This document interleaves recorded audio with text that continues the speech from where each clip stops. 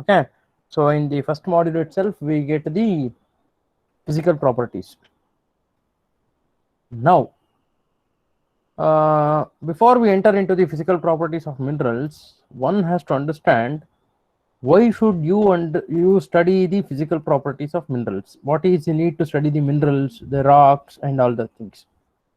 As a civil engineer, many a times you will be encountering some of the problems, like if you are somebody is laying a road. Now tomorrow, after completion of your degree, you will become a civil engineer or a site engineer or a contractor, PWD contractor, anything like that. Then if the material that is being sent to you, if the small boulders, the pebbles, and other particles, aggregates, which is required, will be sent to you of different qualities, then how will you examine that the sent material is of the best quality? You just cannot say that I don't know anything about these minerals or rocks, and you cannot just escape from it. You have to have a basic knowledge of both the minerals and rocks. And if you are a very good civil engineer, then if somebody calls you to build a house, then for the flooring purposes, now and all, you know that only the granites and other things are being used. If a common layman asks you, is there any other rock types which can be used as a flooring material apart from your granite and your marble, then you should be in a situation to say that why granite people usually uses, why people use the granite instead of other rock types.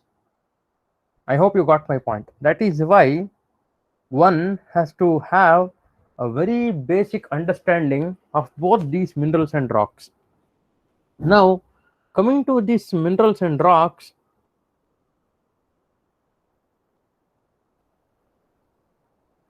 what is a mineral and why should you have to have a basic knowledge of the mineral? See, mineral,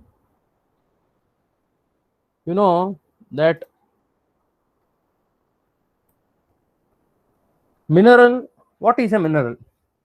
So, mineral is a naturally occurring inorganic substance which is solid in nature, which has a crystal structure and a definite chemical composition. So, this is a very basic definition given by IMA, that is International Metallurgical Association, which is present in United States of America. Now, you have to write this definition itself, because definition cannot be changed. Definition cannot be changed. So this definition is being given by International Metallurgical Association. So mineral is a naturally occurring substance.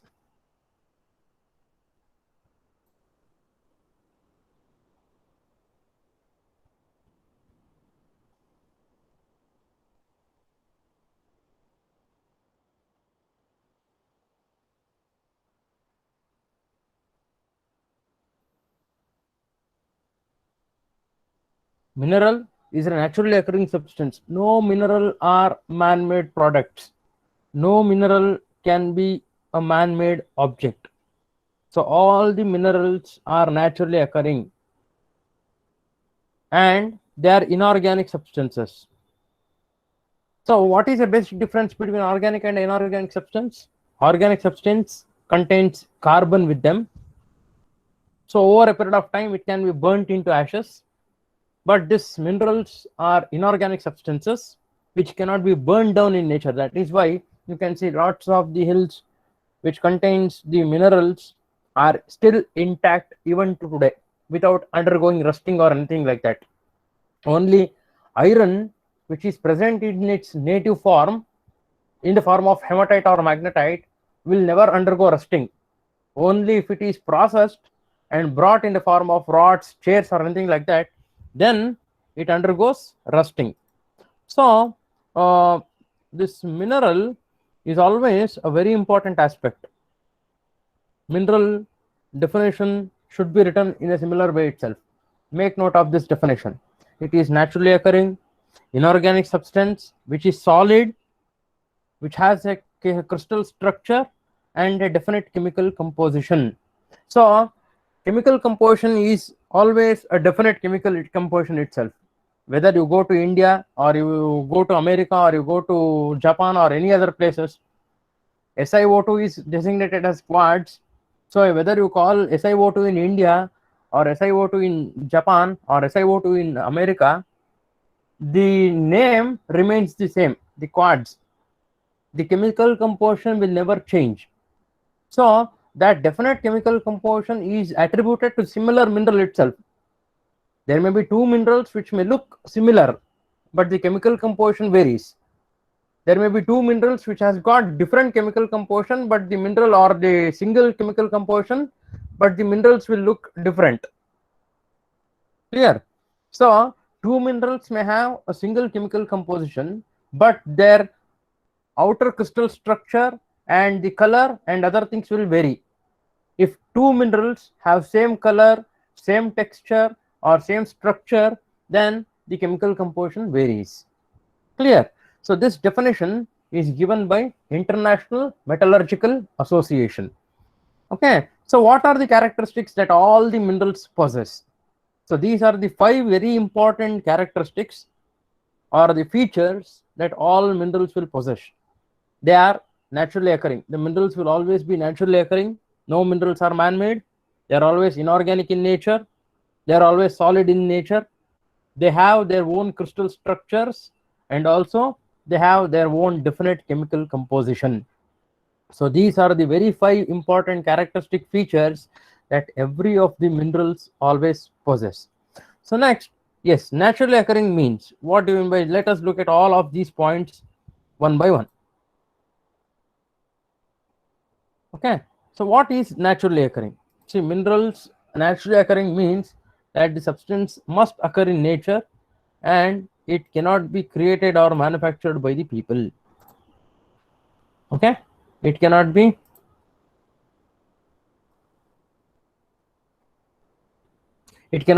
created or manufactured by people. So for a small example, if I say quartz, in older days, if you look at your grandfather's wristwatches, it will be written, it would have been written as quartz within them. You can see in the clocks also. If you have a very close observation of the clocks, they'll write something like Ajanta quartz, which means to say quartz was the mineral that was being deployed in that clocks. Okay, so that quartz is naturally occurring. It is not artificially man-made. Okay, so none of the mineral are created by human beings. They can bring out a finished product out of it. See, diamond always occurs naturally in the atmosphere itself, in the earth, but the final product will be brought out from the human being. The final product in the form of cuts, polished parts will be brought out by the human being. Then coming to inorganic substance. So inorganic means that a mineral cannot come from something that was once living. So this is very important. Organic compound means the ones that are formed from organic remains like human beings, decaying matter, leaves, plants, vegetation, animal, all these things. You know, coal and petroleum was formed millions of years ago by certain tree logs or the human beings or anything like the plant remains, animal remains that got buried in the deeper part of the earth, which underwent anaerobic respiration or anaerobic conversion, and then they got converted into coal and petroleum. But this inorganic compound means it is something which is not formed from a living being, which means to say these are naturally formed from various process. Okay, solid substances, yes, all minerals are solids except few of them, like your mercury, which is found in liquid state, and your petroleum, which is formed in the liquid state. Okay, apart from which all the other rust minerals are always having a solid structure which has definite volume and shape, and the particles are very tightly packed together so that it cannot move very easily. Then coming to crystal structure, see, the crystal structure means the particles that make a minerals line up in a pattern that repeats over and over again. So which means to say, if it is having a square like structure, that square like structure will be formed all through the mineral. All the species of that mineral group will be having that square like structure. So it may be having flat sides called faces, and it may meet at sharp edges and also the corners. Okay, so these are the certain examples for your crystal structures. You can see how exactly, so these minerals are all naturally available. They are not man-made, or you cannot say me that it is being cut in polished in that way. These minerals are available in nature in this form itself. Okay, so this is a very good example for your crystalline quartz. Okay, so this is a very good example for your pyrite. So these minerals occur in the nature in this form itself. Okay, so this is called as a rock crystal, which is a variety of quartz, and this is a pyrite, that is iron sulfide, which is also called as a fool's gold. So you can see that this crystal structure is one of the important aspect in identifying the mineral. One of the very important aspect in identifying the mineral. ನಿದ್ದಿಲ್ಲ ಅಂತ ಅನ್ಬೇಡ, ನನಗೆ ನಿದ್ದಿಲ್ಲ, ನೀನ್ ಕಾಡ್ತಿಂದ ರಾತ್ರೆಲ್ಲ ಕಣ್ಮುಚ್ಚಿಲ್ಲ ಇಲ್ಲಿ fan ಇಲ್ದಲ್ಲ.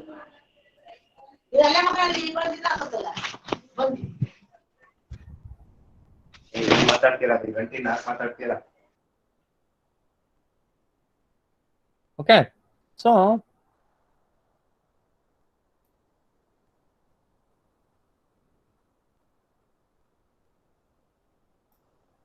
this crystal structure remains this different for different minerals. So one of the basic important property for identifying the mineral is also the crystal structure also. Okay, the crystal structure also plays a very important role in identifying the minerals. Then coming to the next important point is that the definite chemical composition. See, definite chemical composition means that the mineral always contains certain elements in definite or exact proportions. Okay, see, the proportionate of the chemicals or elements which occur within the mineral will be similar. Okay, now if I say quartz, for example, it's the chemical composition is SiO2. Whether you take any species of the quartz group, the SiO2 combination will never vary. The SiO2 combination will remain the same always. Okay, only what happens is the composition of the small elements, the minor elements, may vary.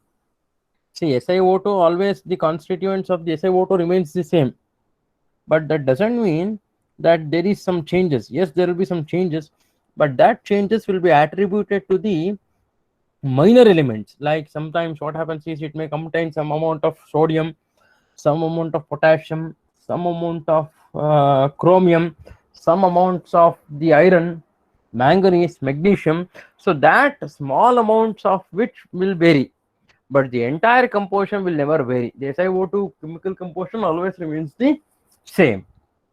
Okay, and what happens is sometimes the minerals are also found in four states of compounds in which two or more elements are combined together. Two or more elements are combined together.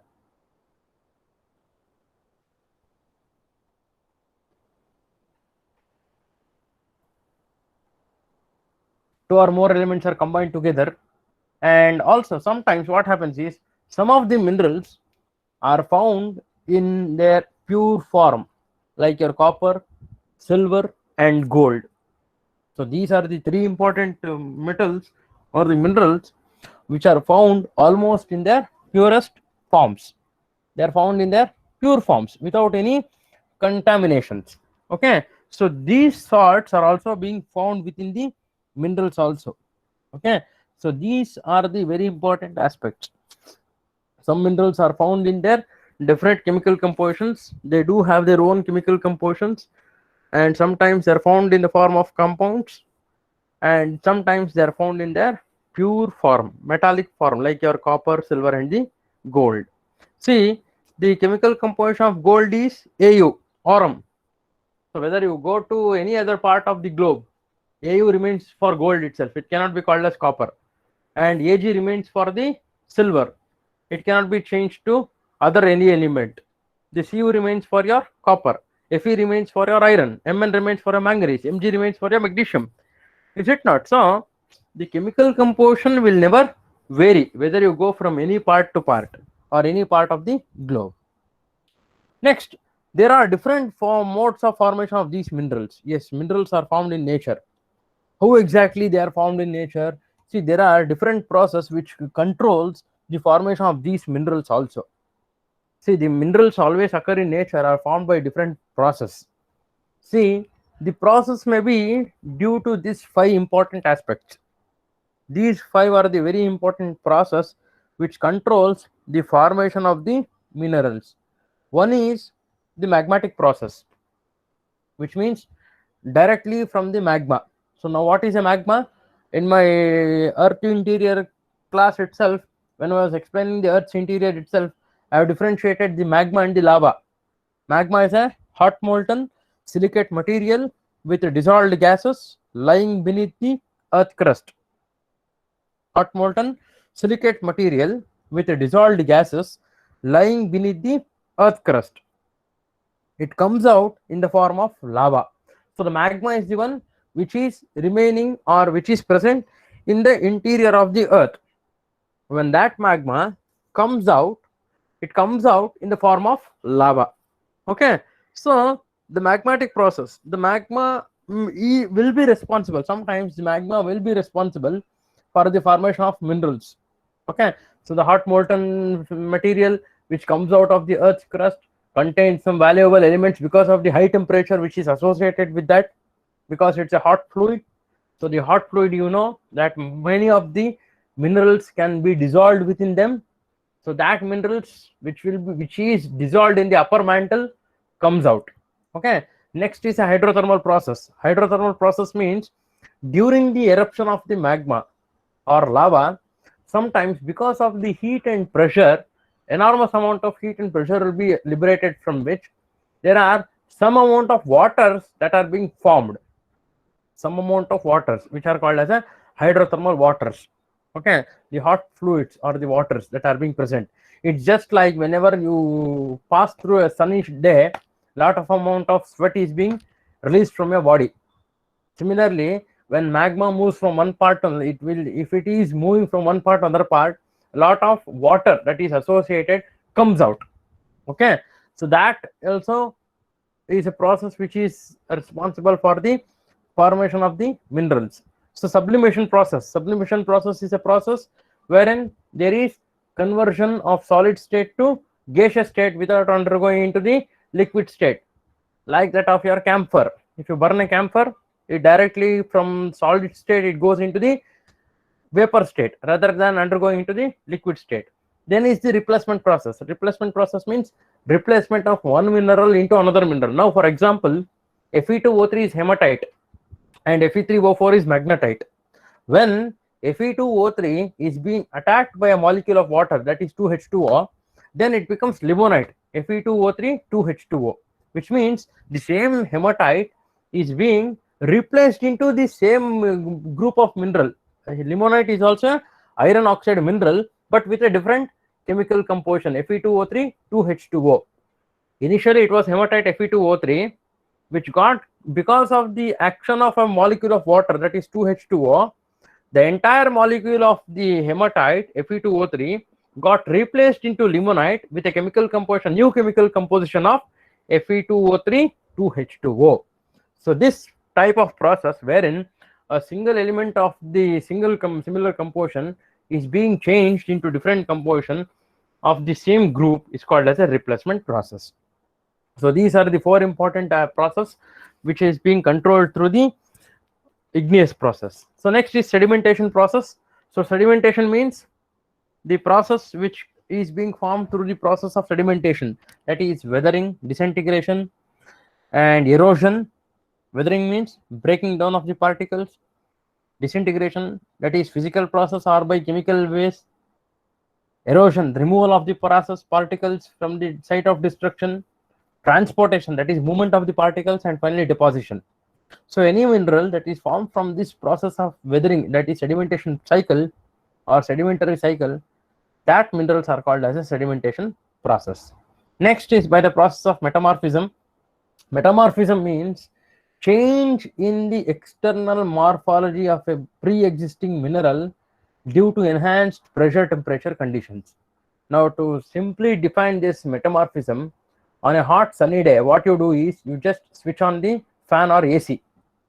Okay, so this process wherein the change of the external feature or the external morphology of a mineral due to enhanced pressure temperature conditions. Whenever there is enhanced pressure and temperature of the certain times of the earth increases. So when it increases, what happens is the minerals gets changed their external morphology. They release their waters present within them. They may release the some of the minerals in order to avoid the change. Okay, now in deserts you can know that there is something called xerophytes, which means to say the cactus, which has modified their leaves into thorns. Okay, similarly what happens is minerals gets modified. Okay, that process of modification of the minerals due to enhanced pressure temperature conditions to sustain themselves to the new environment is called as metamorphism. So next is your weathering and erosion, and finally is your spring deposits. Okay, so then what are the important properties which the minerals can be based to study? So minerals are always studied on basis of all these properties, 6 important properties. One is physical. Physical means the only external appearance without any chemical analysis. See, minerals are always studied on the basis of their physical properties, that is their external features itself. Nobody are going in a laboratory. If we give any sample for you, you have to examine the mineral based on their external appearance itself. You cannot break the sample and you cannot disintegrate into them into the acid or anything, or do any dilution, or you cannot do any chemical analysis of that mineral. Okay, only the external morphology, external appearance of the minerals give certain clues to the type of the mineral, which is called as a physical property.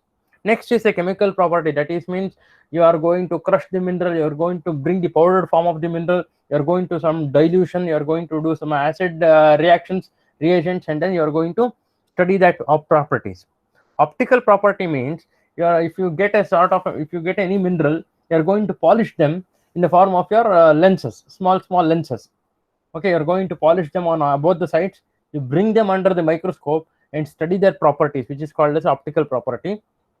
Next, you get a magnetic property, which means to study of the magnetic behavior of the minerals, because earth has got a magnetized property inherent within the rocks. During the formation of earth itself, the magnetic property was also introduced into the earth. Okay, the inherent feature of the earth's magnetic forces are always preserved in the form of remnant magnetization in the rocks also. Okay, so that remnant magnetization which are being present in the rocks are also being studied.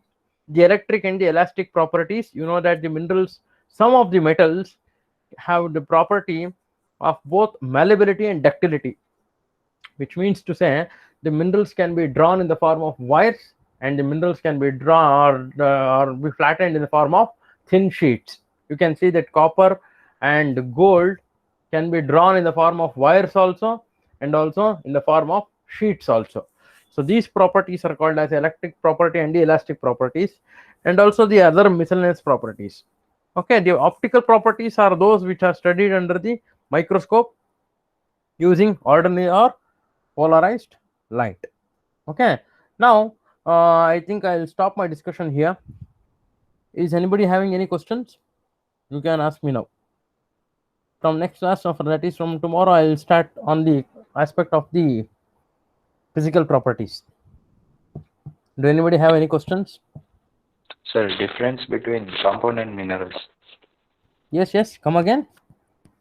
So difference between compounds and minerals.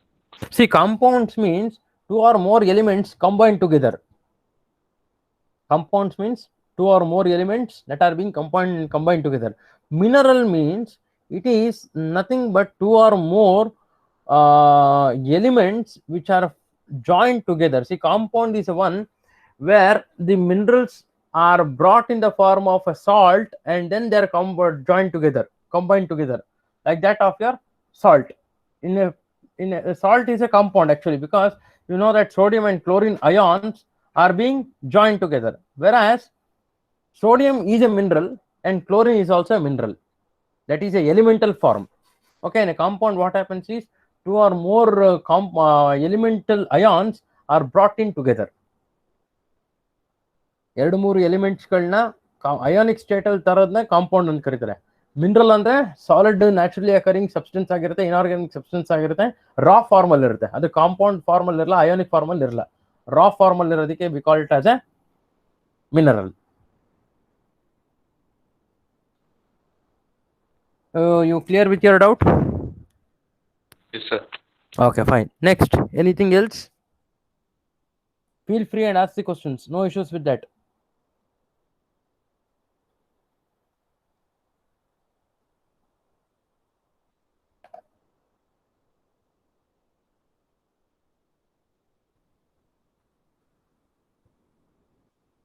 So nobody has got no questions.